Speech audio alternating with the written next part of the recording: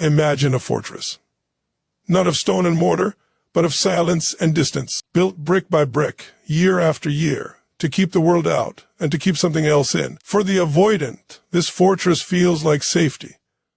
It feels like control. But I'm here to tell you today that fortress is a prison, a self-made prison of the soul. And for years, maybe decades, they've been the warden and the inmate. But what happens on the day the walls finally come down? What becomes of that person when they step out, not with fear, but with fierce, unwavering strength into the light? This isn't just about feeling a little bare. This is a seismic shift in human potential. This is about an individual unlocking a life of connection, of power, of passion they never believed was possible for them. This is the moment they stop surviving and truly start to live. The journey of healing for an avoidant individual begins with the single most terrifying yet most liberating act they will ever undertake, the conscious decision to be vulnerable. For their entire lives, they have worn aloofness, independence, and emotional self-containment as a suit of armor. They believed this armor was their greatest strength, the very thing that kept them safe from the pain of disappointment, the sting of rejection, the humiliation of needing someone who wasn't there. This armor became so fused to their identity that they forgot what their own skin felt like. But healing demands that this armor, this fortress,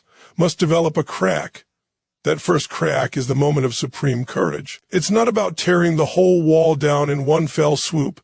That would be too overwhelming, too terrifying. It's a hairline fracture, a deliberate, small, and excruciatingly brave act of letting someone see a sliver of the truth within. It's the text message that says, "I'm actually having a really hard time today," instead of the customary "I'm fine." It's the conversation where they force the words past the lump in their throat and admit, "When you said that, it hurt me," instead of retreating into icy silence. It's allowing a tear to fall in front of another person instead of instantly shutting down. In that moment, they are certain the world will end. They are braced for the judgment, the laughter, the rejection they always expected, but then it doesn't come. Or if it does, they discover they can survive it. They learn that the anticipated catastrophe was a ghost, a phantom, from a past that no longer exists. And in the space where that fear used to reside, a new sensation emerges, connection. This is the great paradox. They discover that true strength is not found in the invulnerable fortress,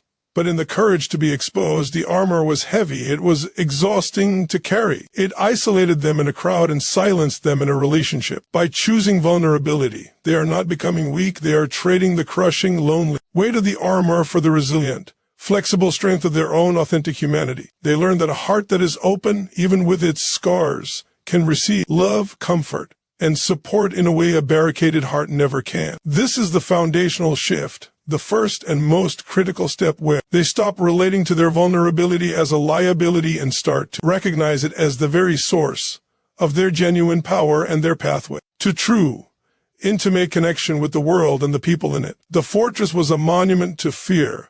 The crack is the beginning of a monument to courage, and every subsequent act of vulnerability adds another brick to a new structure, one not built for defense, but for welcome. For the unhealed avoidant, the realm of needs and desires is a minefield of potential failure and humiliation. Their operating system is built on a silent, often unconscious, contract with the world. If you truly loved me, if you truly cared, you would just know what I need without me having to ask. This is a setup for perpetual disappointment and resentment. They become masters of subtle hinting, of withdrawing when their unspoken needs are met, of building a case against others in the silent courtroom of their mind. Their relationships become a dance of frustration, where they feel chronically unseen and their partners feel chronically confused and blamed for crimes they didn't know they were committing. Healing shatters this dysfunctional dynamic. It requires a radical relearning of the very language of human interaction. The healed avoidant learns to transition from silent, resentful expectation to empowered, articulate request. This is not merely about communication skills. This is a profound internal transformation of identity. It requires them to first do the internal work of identifying what they actually feel and need, which for someone trained to numb and avoid their emotions is a feat in itself. Then, they must confront the core wound that says, "My needs are too much," or "I am a burden for having needs." Healing allows them to rewrite that narrative to a new, empowering truth. My needs are valid, and it is my responsibility to articulate them clearly and respectfully. This is where they step into their power. An empowered request is not a demand. It is not a whiny complaint. It is a clear, clean, and confident statement. It sounds like, I would really love it if we could spend some quality time together this weekend. How does that sound to you? Instead of simmering in anger because their partner made other plans, it sounds like, I need 15 minutes of quiet when I get home from work to transition before we connect. Instead of snapping irritably at everyone, this shift is revolutionary. It moves them from a passive, victimized position in their own life to an active, empowered author of their experience. They stop making others responsible for their emotional state and take ownership of it. This does two powerful things. First, it gives their requests a much higher likelihood of being received and fulfilled because they are clear and not shrouded in hostile subtext. Second, and more importantly, it liberates them from the prison of resentment. Even if the answer is no, they have expressed themselves. They have stood in their truth. They have honored their own needs by giving them a voice. This builds self-respect and self-trust, which is the true goal. The focus shifts from controlling the other person's response to honoring their own integrity. This new language becomes the bedrock for building clean, honest, and mutually respectful relationships where mind reading is no longer required and where love can be expressed through clear, actionable channels. Beneath the conscious strategies of withdrawal and emotional suppression lies the very engine of avoidance, a nervous system stuck in a chronic low-grade state of hypervigilance. For the avoidant, the world is not a safe place, and connection is not a nourishing resource but a potential threat. Their body is constantly humming with the energy of fight or flight, though for them, the primary option is always flight. This isn't a cognitive choice, it's a physiological reality. Their body remembers every past abandonment, every time they reached out and were met with indifference, every time their vulnerability was used against them. So the body stays on guard, constantly scanning the environment for signs of danger, of engulfment, of criticism, of the slightest whiff of rejection. This state is utterly exhausting. It drains their life force, making genuine presence and relaxation nearly impossible. Healing, therefore, is not just a psychological process, it is a biological one. It requires a fundamental reboot of the nervous system. This is the work of moving from a state of perceived perpetual threat to a state of embodied safety. How is this achieved? It begins with the powerful tool of somatic awareness. The healing avoidant learns to listen to the language of their body. They learn to identify the tightness in their chest when a difficult conversation arises, the clenching in their gut when someone gets too close, the shallow breath that signals a retreat is imminent. Instead of automatically obeying these signals by shutting down or running away, they learn to pause and breathe into the sensation. They use deep, diaphragmatic breathing to send a new message to the brainstem. You are safe right now. This feeling is a memory. This present moment is not the past. This is the practice of neuroception, the felt sense of safety. They learn to co-regulate with others, to borrow the calm nervous system of a safe partner or therapist until their own system can learn to find that calm independently. They might use practices like yoga, mindfulness, or even certain forms of therapy that focus on trauma stored in the body. The goal is to widen their window of tolerance, the zone of arousal in which they can function effectively without being triggered into hyperarousal, anxiety, panic, or hypoarousal, numbing dissociation. As this reboot occurs, a miracle happens. They start to feel at home in their own skin. The constant background hum of anxiety begins to quiet. They can sit in silence with a loved one and feel connected, not trapped. They can receive a compliment without immediately deflecting it. They can experience conflict without their entire system screaming to evacuate the premises. This embodied safety is the foundation upon which all other aspects of healing are built. Without it, vulnerability feels like a death wish. With it, vulnerability becomes a calculated risk that their body can now support. They are no longer a hostage to their own survival instincts. They become the compassionate master of their own physiological state, capable of staying present, open, and engaged with life in a way that was previously unimaginable. At the core of every avoidant adaptation is a foundational, often unconscious, story about the self. It is a narrative written in the ink of early experiences of neglect, conditional love, or perceived rejection. The title of this story is simple and devastating. I am flawed. The chapters detail why they are too much, not enough, inherently broken, or ultimately unlovable. This story is not a fact, it is an interpretation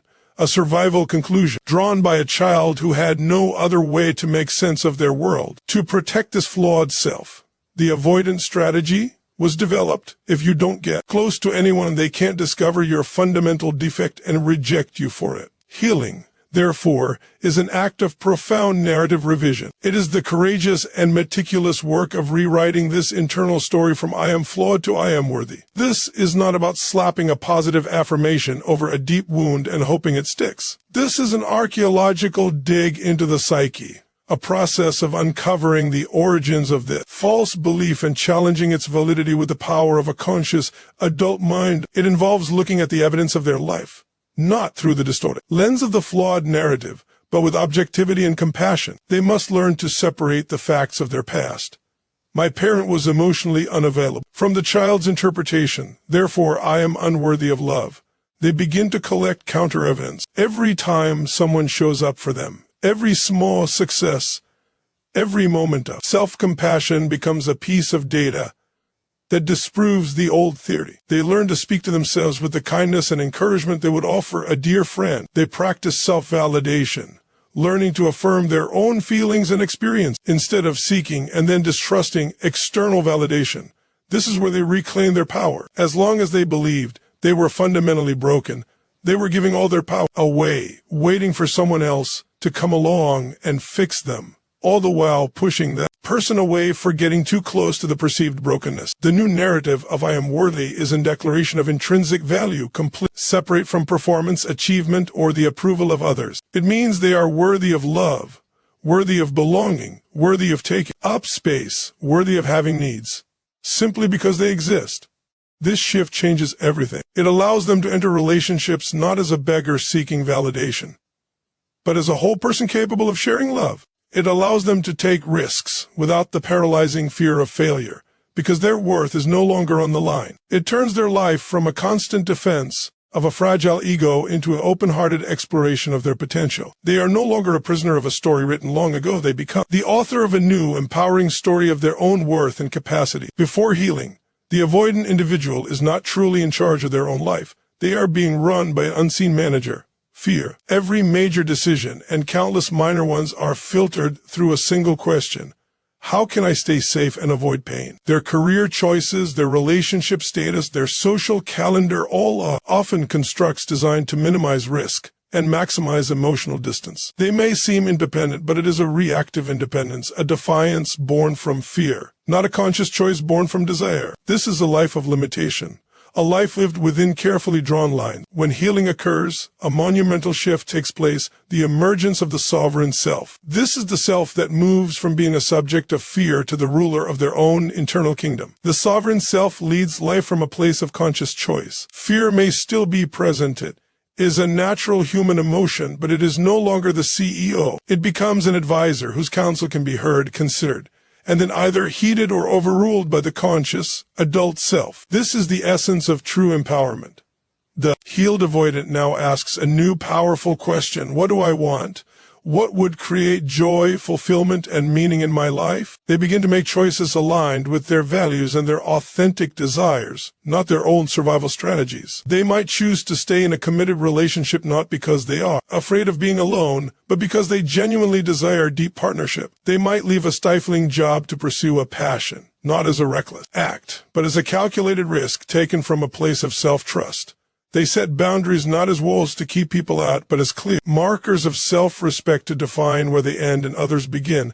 This sovereignty is felt as a deep, unshakable sense of agency. They understand that they are responsible for their emotional experience, for their happiness, for the quality of their life. They stop blaming their past, their parents, or their partners for their circumstances. This is not a burden, but the ultimate liberation. It means the power to change their life has always been and will always be in their hands. They move through the world with a new kind of confidence, not the arrogant confidence of someone who has never been hurt, but the quiet, resilient confidence of someone who knows they have the resources to handle whatever life brings. They are no longer hiding from life. They are engaging with it fully, making mistakes, learning, growing, and expanding. Their life is no longer a defended fortress but a dynamic, open landscape, and they are the sovereign, exploring its vast and beautiful potential with courage and curiosity. The ultimate test and the most beautiful reward of the avoidance healing journey is seen in the quality of their relationships. Before, their connections were architectures of defense.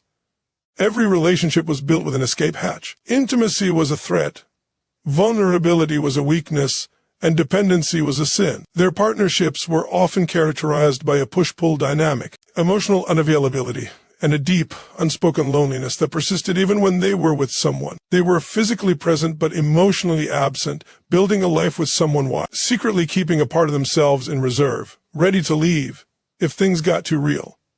Healing transforms this entire paradigm. The healed avoidant learns to build relationships based not on defense, but on depth. They understand that true connection requires two whole people choosing to share their lives, not two halves trying to complete each other. They move from a focus on what can I get from this person without losing myself to what can we create together. This shift allows for the construction of something entirely new, a secure attachment. In this new architecture, trust is built slowly and consistently through showing up, through keeping promises, through practicing the empowered requests and vulnerable sharing they have learned. Conflict is no longer a catastrophic event to be avoided at all costs.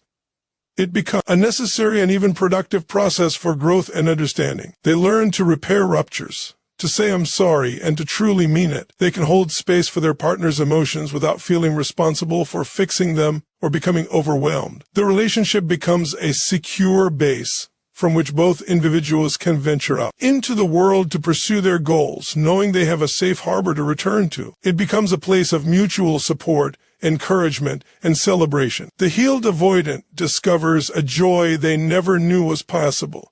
The joy of being fully known and fully accepted, and of fully knowing and accepting another. They learn that interdependence is not a loss of self, but an expansion of it. They discover that the greatest strength is not found in radical independence, but in the courage to lean on someone, to need someone, and to be needed in return, all from a place of wholeness and conscious choice.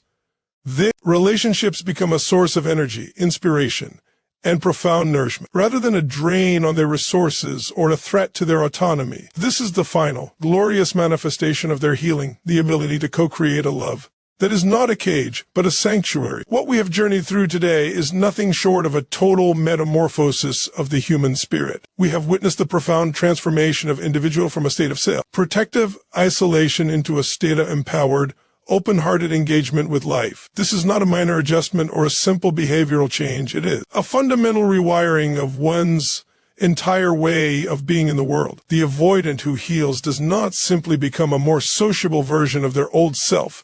They become someone new entirely. They shed the identity of the weary survivor and step into the skin of the vibrant, conscious creator of their own destiny. The journey begins internally, with the monumental courage to be vulnerable and to rewrite the core narrative of unworthiness. It is solidified through the physiological reboot of the nervous system, learning to feel safe within one's own body. This internal work then radiates outward, transforming how they communicate, shifting from silent resentment to empowered clarity. It culminates in the emergence of a sovereign self, a person who leads their life from choice, not fear, and who finally possesses the capacity to build relationships that are not prisons of defense, but palaces of depth and connection. This path is a testament to the incredible resilience of the human heart. It proves that no matter how thick the walls, how deep the patterns, or how old the wounds, change is possible. It is a demanding path, requiring relentless honesty and unwavering courage.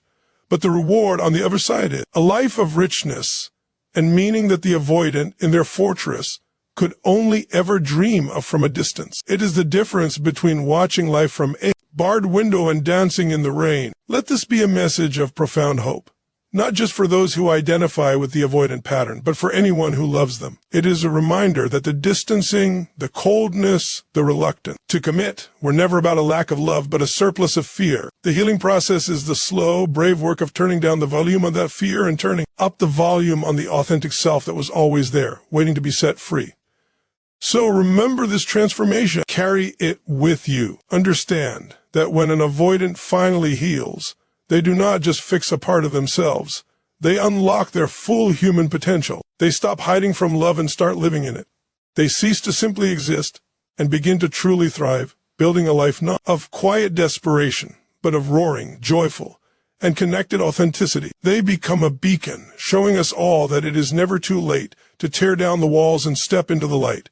Thank you. Thank you for your time, for your attention, and most importantly, for your courage, the courage to look at these patterns, to consider this transformation, and to believe in the possibility of change for yourself or for someone you love. Now, go out and take this energy, this knowledge, and make it real, make it happen. I believe in you. Now, go and live a life you love. Goodbye.